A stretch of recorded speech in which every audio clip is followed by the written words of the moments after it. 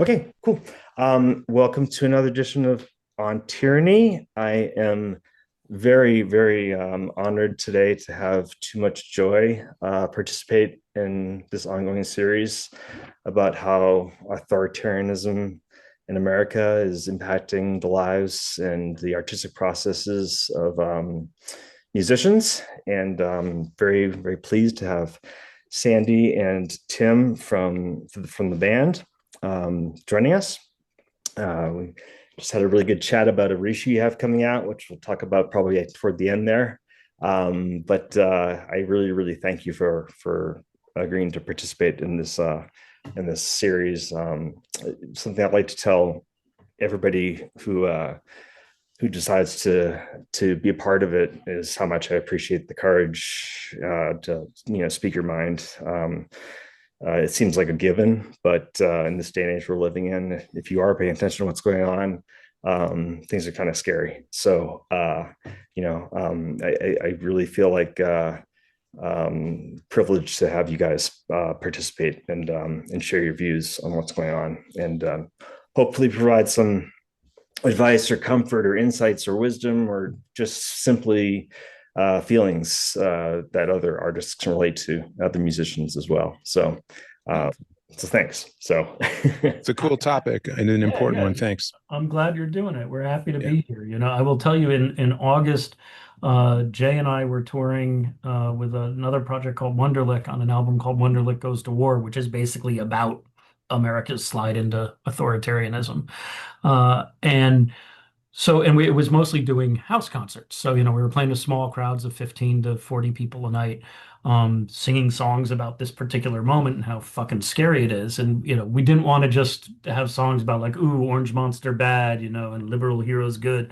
So the songs are really more about what's what is inside each of us that might find an appeal in authoritarianism and what things push someone over the edge to decide that's an appropriate way to go, as opposed to, because like that's the thing that's freaking me out the most about this moment is all these institutions that I put trust in, all these people that I believed were good, rational, reasonable people. Even when I disagree with them politically, I thought they were principled people. right. Watching how much of that was just bullshit people paid lip service to, and when it comes down to the moment where they have to make a hard choice, watching how many people cave was just shocking to me. So, we spent a month on tour. We did like 25 shows in 28 days, something like that. And so we were singing these songs and having these conversations every single night.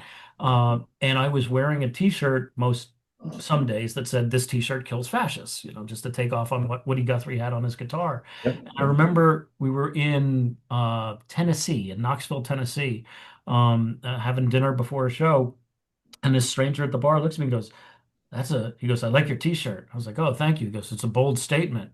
And I was like, is it? Is saying you're against fascism a courageous thing to say these days? Who takes the other side? And so a big part of the conversation we were having every night was, why is everybody acting like everything's normal? Things are not Yeah. fucking normal. Stop pretending. You're gonna have to stop pretending sooner or later, and it's gonna be better the sooner you do it. So I'm glad you were doing this. Oh, well, thank you. Yeah. What did you learn from that, Tim? That experience? That as soon as you give people permission to talk about it, more people than you realize are sad and Ah, scared and Yeah. skeptical and nervous and wondering what they can do and how they can help. right, So right. the nights, even though we were only playing to a couple dozen people each night, they felt big, they felt powerful because it was a very intimate conversation we were having with everybody in between songs as well as through the songs. And we were talking about now and how to resist, in a way that isn't just kumbaya bullshit that doesn't actually achieve anything. Mm. How do you stop yourself from becoming, the kind of monster you're seeing everybody else become? And we're good people, right? We're not Yeah. I'm not wanton sure I am. murderers, but the what's happening is so disgusting and so beyond the pale of what we're supposed to be as a country. It's making reasonable people think about political violence in a rational way. That's a fucked up spot to be in. It is, yeah. And it's so crazy that like I've been a fan of underground music my whole life. And Yeah. I never in my wildest dreams would have thought that like I would be having a conversation with like David Yao of the Jesus Lizard, and he would be an exemplar of moral character, you know. Well, I mean, my bit about all this is it's really weird having come of age just after the 60s, right? I feel like liberals and conservatives have swapped positions. And this is like conservative 60s moment where now all the liberals are the ones appealing to traditions and norms and Yep. respect and politeness in civil society, and saying, don't throw this shit away. And the conservatives are the one indulging their its. Yeah, burn it all down. Yeah, and saying fuck it all, like your ways are bad ways. And what so that's I think it's a helpful frame of looking at it because it explains a lot of otherwise inexplicable behavior to me. Yep. But still, the folks who were rebelling in the 60s were trying to make things better for more people. The folks who are rebelling now are trying to make it worse for more people. I don't understand the impetus. Yeah. Well, I mean, it's nihilism, right? That's the sort of the unspoken. I feel like that's unspoken word that doesn't come up in corporate media. Is like the MAGA movement is essentially a nihilistic movement. I mean, they just They want. don't see it that way though. I Yeah. mean, I come at this from like the band is, aside from our drummer, pretty liberal, leftist, left wing. He was a former cop and stuff. We don't really have a lot of political conversations nowadays. But Sorry. as someone I see things from like, Sorry, guys. right, we love dogs. Weird. Doggy. Sorry, guys. That's okay. He's protecting you from brown shirts. Yeah. Yeah. All right. Okay, continue. I was going to say, I come at things from, having studied a lot of politics, political philosophy in college, and believe it or not, in our tour van, reading a lot of, tracts from the, left wing situationism, Dadaism, and Marxism and stuff. Listen, you're talking to like when Jay jumps on, it'll be 60-something guys who don't have to worry about where our next meal is coming from. So we're not necessarily the best exemplars of it. They want you to think it's a culture war, but it's really a class war. But honestly, that is it. At the end of the day, you have to look at things. The reason why this transformation has taken place where the right wing is burning it all down is because it is controlled. We're, by moneyed billionaire interests, oligarchic interests, many of whom are, over years, have for decades been planning for this and come from, a religious right perspective. And, they're the ones who felt out of favor and like kind of in the minority for years and years and years. And, Trump, but more importantly, the people around him represent their comeuppance. And so it does feel nihilistic, but I mean, if you really think about it, some of these, extreme, Christian fundamentalists, one of the reasons they love Israel so much is because they think Jesus is coming back and they're going to go and he's going to come out of there. It has nothing to do with their love for Judaism or the Jewish people. Yeah. I was raised as a Jew. Jay was raised as a Jew. I'm an anti-Zionist Jew. I'm not sure where Jay's at this time. I think he's coming closer to that, but it's not, these people are not friends of Israel. They're serving their own end times.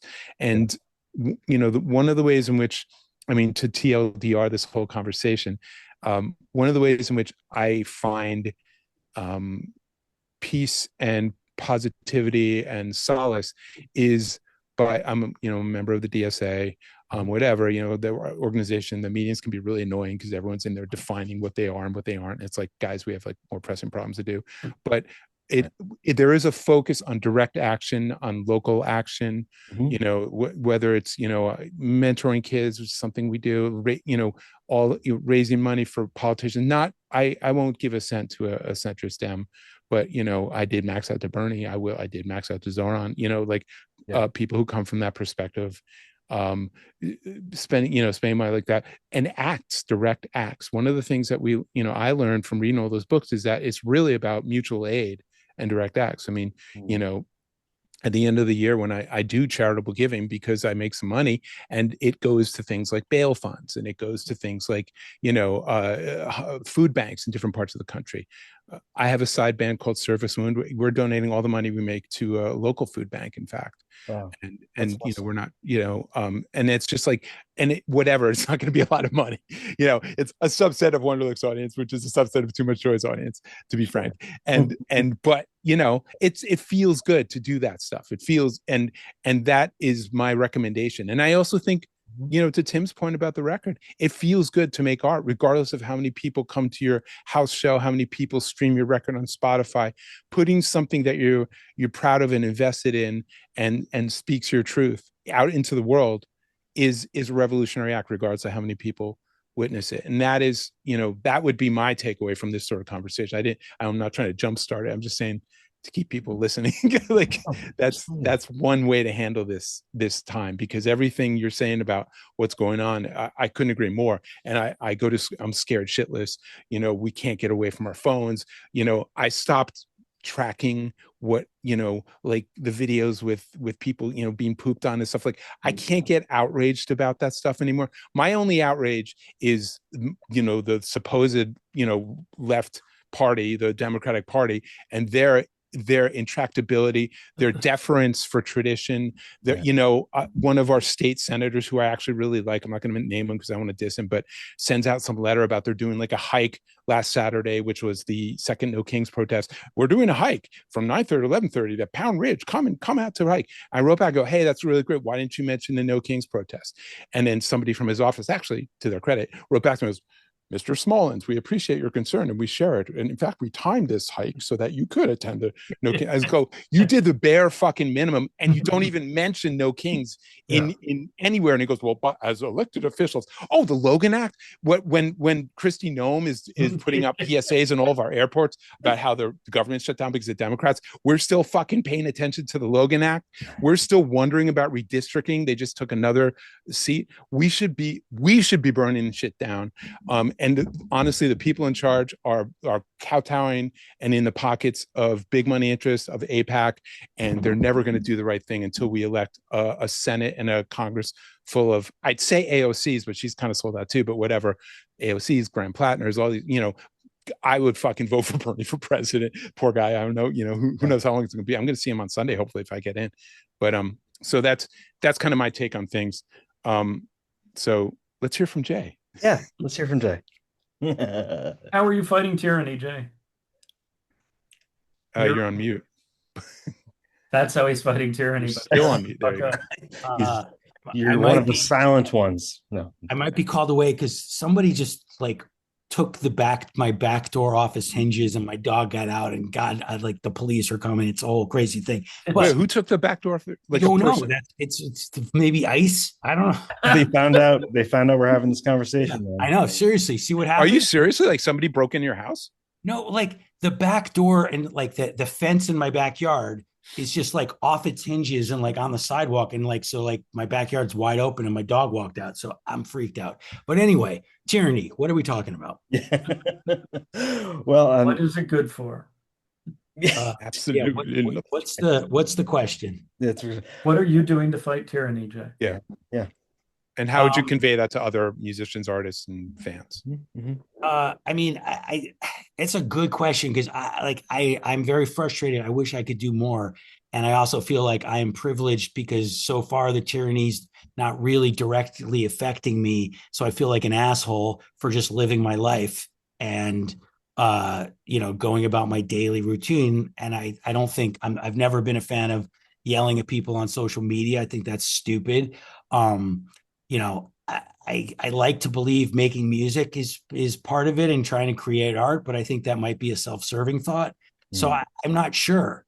And it's so not fully clear. Like, you always wonder, like, what would you have done in the, 1930s Germany? And like, I think this might be what I would have done, and just like, oh, fuck, this is terrible. I don't know what to do. I'm going to go eat a bagel. They didn't have bagels in Germany. No, ICE would be waiting there. You know, the stormtroopers would be waiting at the bagel shop to catch all the Jews. True.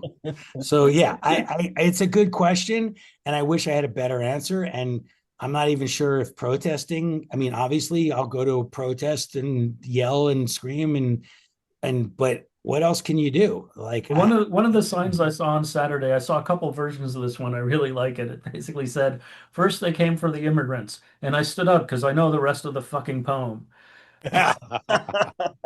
So yeah, we are privileged, Jay. That's not targeting us yet, but we know, we're not idiots either.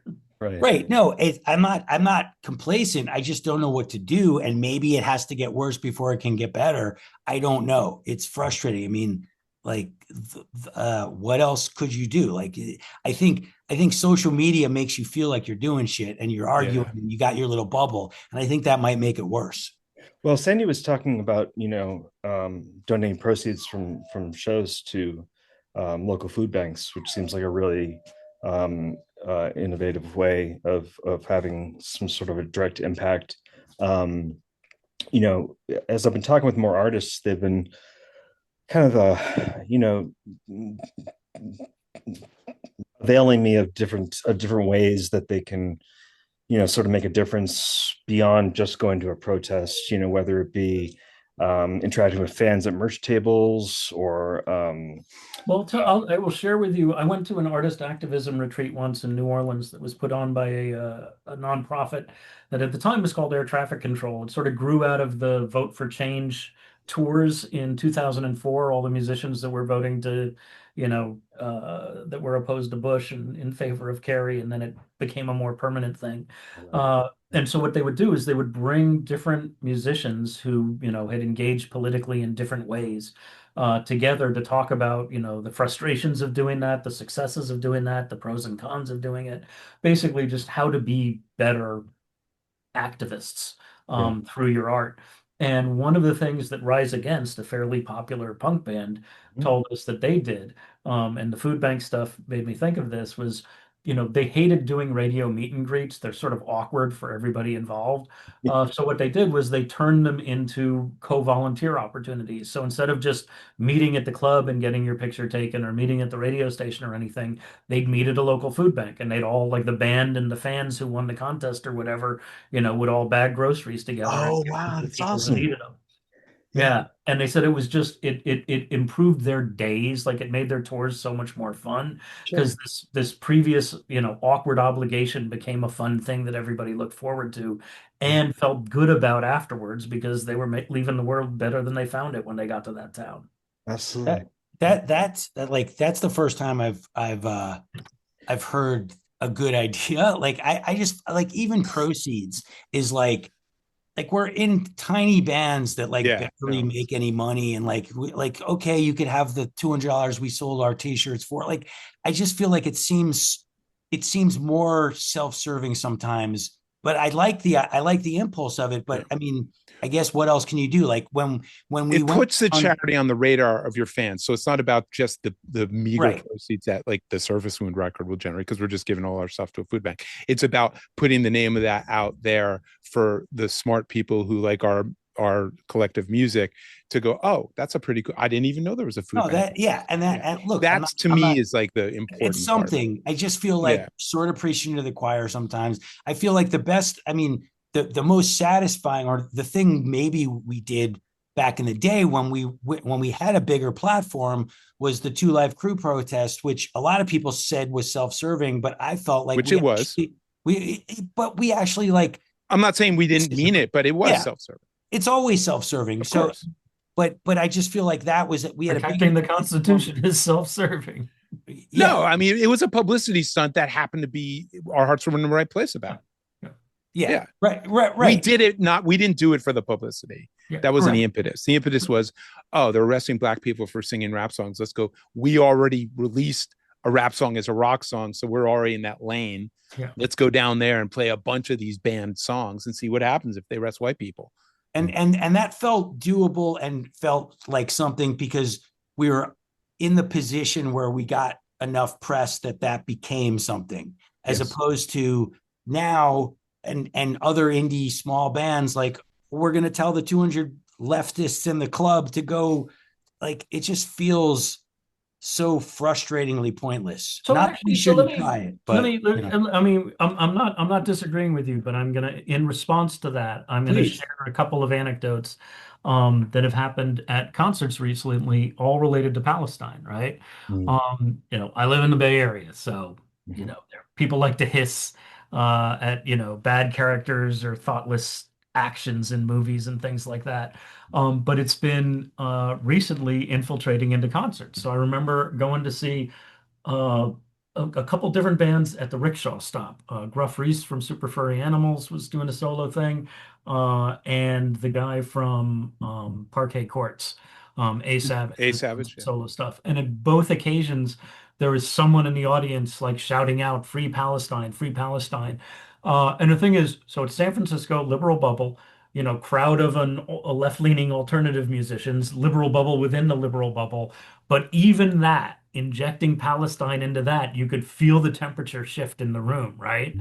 And it because it was just Look like, what oh, happened to Kneecap or Bob Villain. I mean, it's a death sentence to yeah. your touring career. But it was really interesting. It was, and in both cases, the musicians responded positively and said, "Yeah, what's going on in Gaza is fucking insane," and everybody cheered, and we got beyond it. But there are moments when it actually is costly to take a stand, Jay, either as a musician or as, I mean, the thing is, then I went to see Big Thief at the Greek Theater last month, right? And they had some controversy because they were going to play a show in Tel Aviv where their bass player was from, and now that bass player, and then they had to apologize to They their fired fans, the bassist, and right? now the bass player is no longer in the band. So some shit went on there about Yeah, that, right? That yeah. we don't know everything about. So anyway, and it's this beautiful show. It was transcendent. I literally had tears pouring down my face at one point. The music was so great. Yet somebody in the audience during a lull in between songs just started shouting out, "Palestine, free Palestine. Why can't you say the words?" Like it was this challenge to Yeah. Adrian in particular at Big Thief, or the band in particular. You know, like they were going to be held to account, and all these people around them start booing at that person, and then Adrian has to, and actually she did this better than any musician I've ever seen, like put on the spot like that. And I won't repeat what she said word for word because I can't be as articulate as she was in the moment, but it stunned me how graceful she was, where she basically said, "I am trying to respond thoughtfully and not just reactively to what you're saying. You know, so I'm taking my time." She goes, "And of course, free Palestine. There's no reason anybody shouldn't be able to say those words." Everyone's like, "Yeah, yeah, yeah." And then she went on and she said some other stuff that was about like, "Hey, we're artists making art. We're bringing everybody here into a shared space where we can talk about making the world a better way. There's lots of different ways different people want, you know." She basically said everything right that made as many people in the crowd as happy as she possibly could have been. And I don't have a real point to this, Jay, except to say that there are some political things that you throw them into a musical context and it completely changes the vibe. And Gaza and Palestine is one of them right now. Yeah. Yeah. Isn't it surreal though that like Chappell Roan, I guess came she said something I don't know exactly what she said, but it's something like fuck ice or whatever at a concert. Well, so did Hannah Einbender. You know who she is, Jay. Hacks Hannah, Yeah. incredible. She said Yeah. "fuck ice" right in the Emmys, right? Yeah, but it's so surreal that the administration is responding through press releases to artists. You know, like Christy Nome puts out a press release responding to an artist who's expressing their free speech. It's just it shows just the weakness and the frailty in the of you know really who they are. If they have to But also the power of grievance, right? I mean, they yeah got elected because they Unbelievable. have the right enemies, which is us, right? Yeah. There's a yeah segment of America that hates the cultural sway people with our way of thinking have held over them, and they want a reactionary wave against that. It's yeah 4 years of grievance, Yeah. extreme grievance. yeah Like Bad Way worse Bunny, than Trump won. why everybody's mad at Bad, but not everybody. The people who, you know, get paid to make people mad are making people mad about Bad Bunny playing the halftime show because supposedly Puerto Ricans aren't Americans. I don't quite And he understand. wore drag at some point or something. Yeah, I don't understand what the issue is. He's not Lee Greenwood. They're always getting fucked at the Super Bowl. Like Kendrick fucked him. Like he did this incredible performance that I, as a huge Kendrick and rap fan, could barely understand what he was doing. Wore red, white, and blue, the most patriotic thing in the world. It's Serena Williams doing the crip walk. I don't know. Somewhere in the NFL, there's somebody who's like, fuck him. Yeah. Bad Bunny. Next year, it's going to be Kneecap. Yeah. Well, it was a pretty. There was a turning point where I think Dodger Stadium said they wouldn't allow ice into the Dodgers games. It seemed to be the the first indication that maybe a corporation would actually have some balls to stand up and you know I realize that they have a consumer base that Right. Well, and then millions of people canceled their Disney Plus and Hulu subscriptions to protest the Kimmel thing, and that got Disney to change course. I did. Yeah. Me too. I know. Yeah. So hope there are no good Hulu shows. I knew you guys would do it, so I didn't bother because I figured you'd fix the problem. Well, no, I did it in the most Kim-like way possible. I went to the website to do it, and I saw this button that said pause. And I was like, oh, I will give them a chance. I will pause, but I have to let them know that, I will go through the cancellation if they don't do the right thing. So I got a customer service agent who might have been a bot, told and said like, hey, I want you to understand why I put this on pause. I'll unpause it if you bring Kimmel back, and I'll cancel if you don't. Please tell your CEO that. And I went on with a bunch of other things for her to tell the CEO.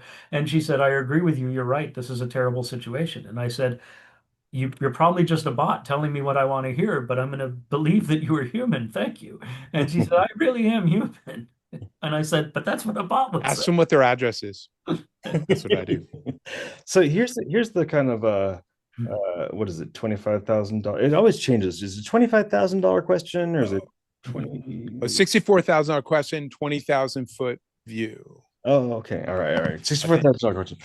Because I don't know how much time we have left here, but I, what advice would you give to younger artists who, in this day and age, it's incumbent upon them now to market themselves, which was not the case when you guys were around. I mean, you guys had, there was no social media when you guys began, and it wasn't like you had to be always presenting the best version of yourselves, in a way. And you could be even like the previous conversation we were just having, about how you guys were like snotty and stuff. And that was the norm. That was how most bands acted.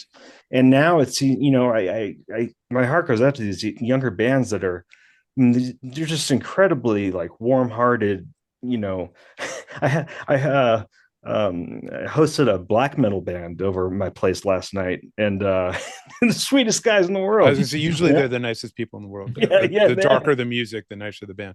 Yeah, the guys from Chat Pile the guys from Chat Pile are some of the nicest people I've ever spoken to, interviewed, or hung out with. They're not black metal, but yeah. I mean, so what sort of advice would you give them on how to like reconcile the fact that they have to have this public image but also stand for what they believe in, and stay true to the ethos of, well, I don't know if I want to plug in the ethos of punk or metal, but I mean, just that seems to be a real challenge. I don't know how I would deal with that if I were in my early 20s or something like that. Well, Tim, you go first. Yeah, I would say, my answer is specifically to people like us who, have not achieved certain levels of fame. Once you get super, paid attention to, all my advice goes out the window. We don't know how to handle that. And I can't help you at all. But for our sakes, I would say, to the extent that we have a career, it is because we were just always ourselves, right? Mm-hmm. We were always being ourselves. Mm-hmm. We were being ourselves through our music. I mean, sometimes exaggerated versions of ourselves, but we were trying to be truthful, so that our songs gave you an idea of who we were.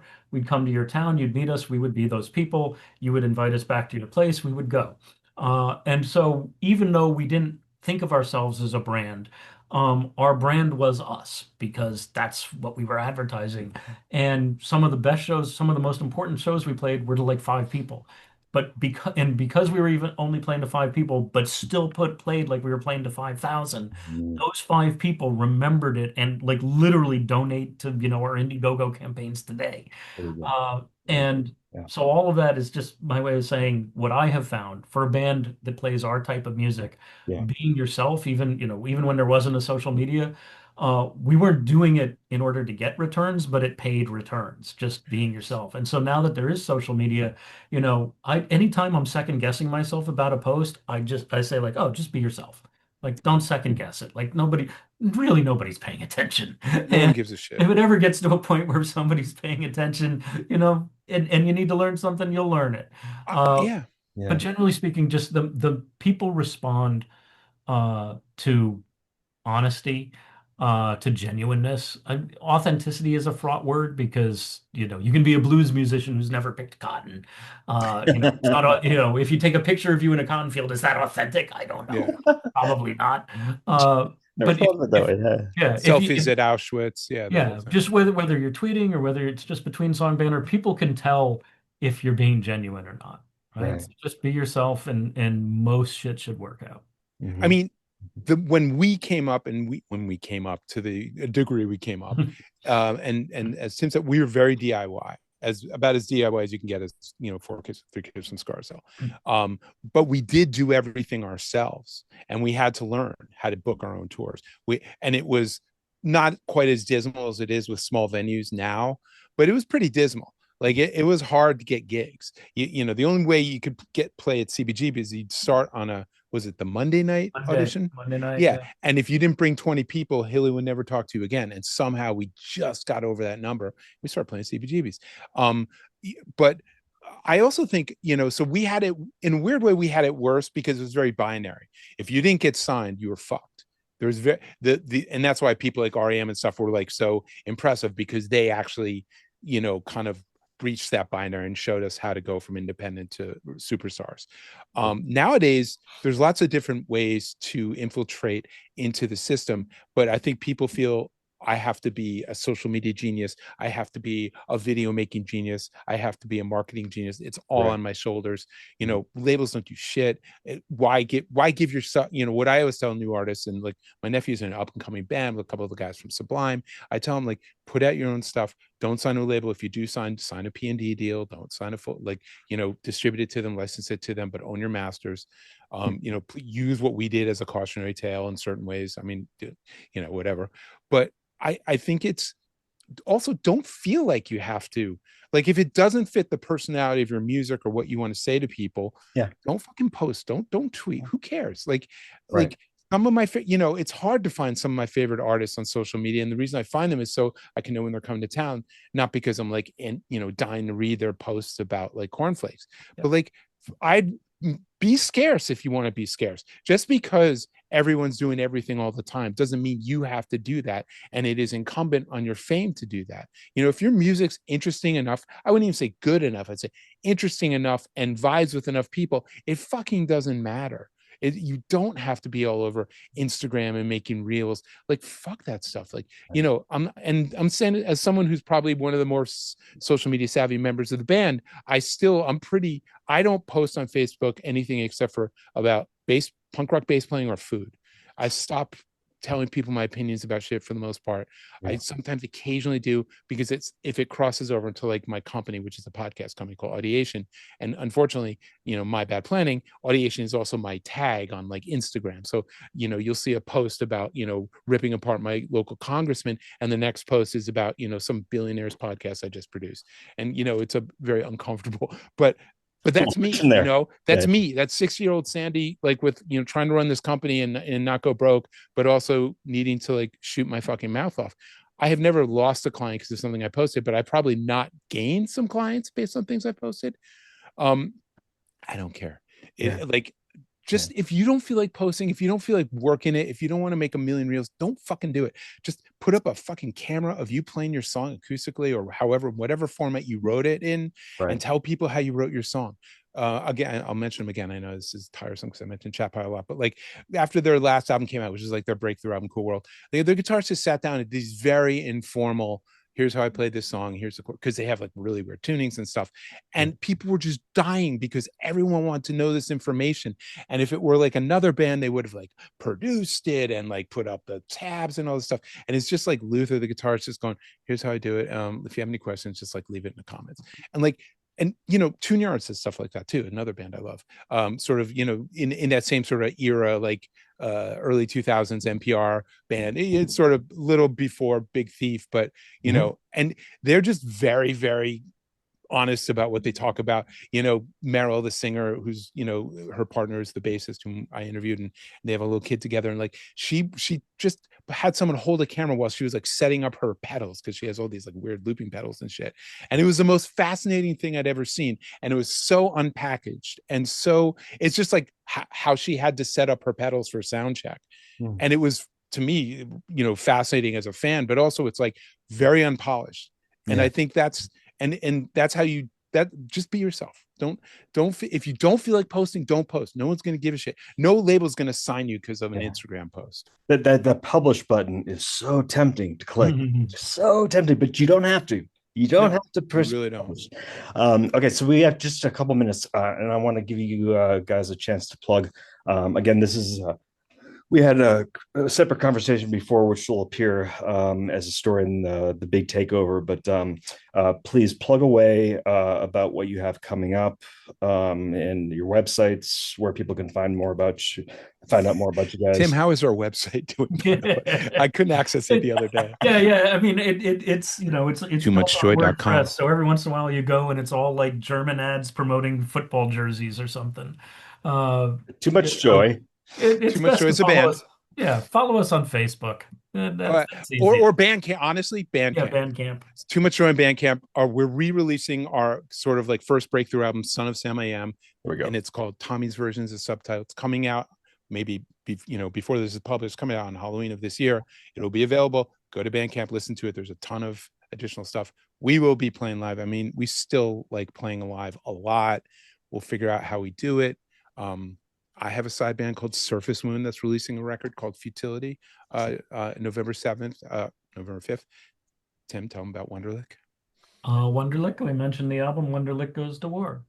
Those are available everywhere. Very cool. Yeah. Awesome.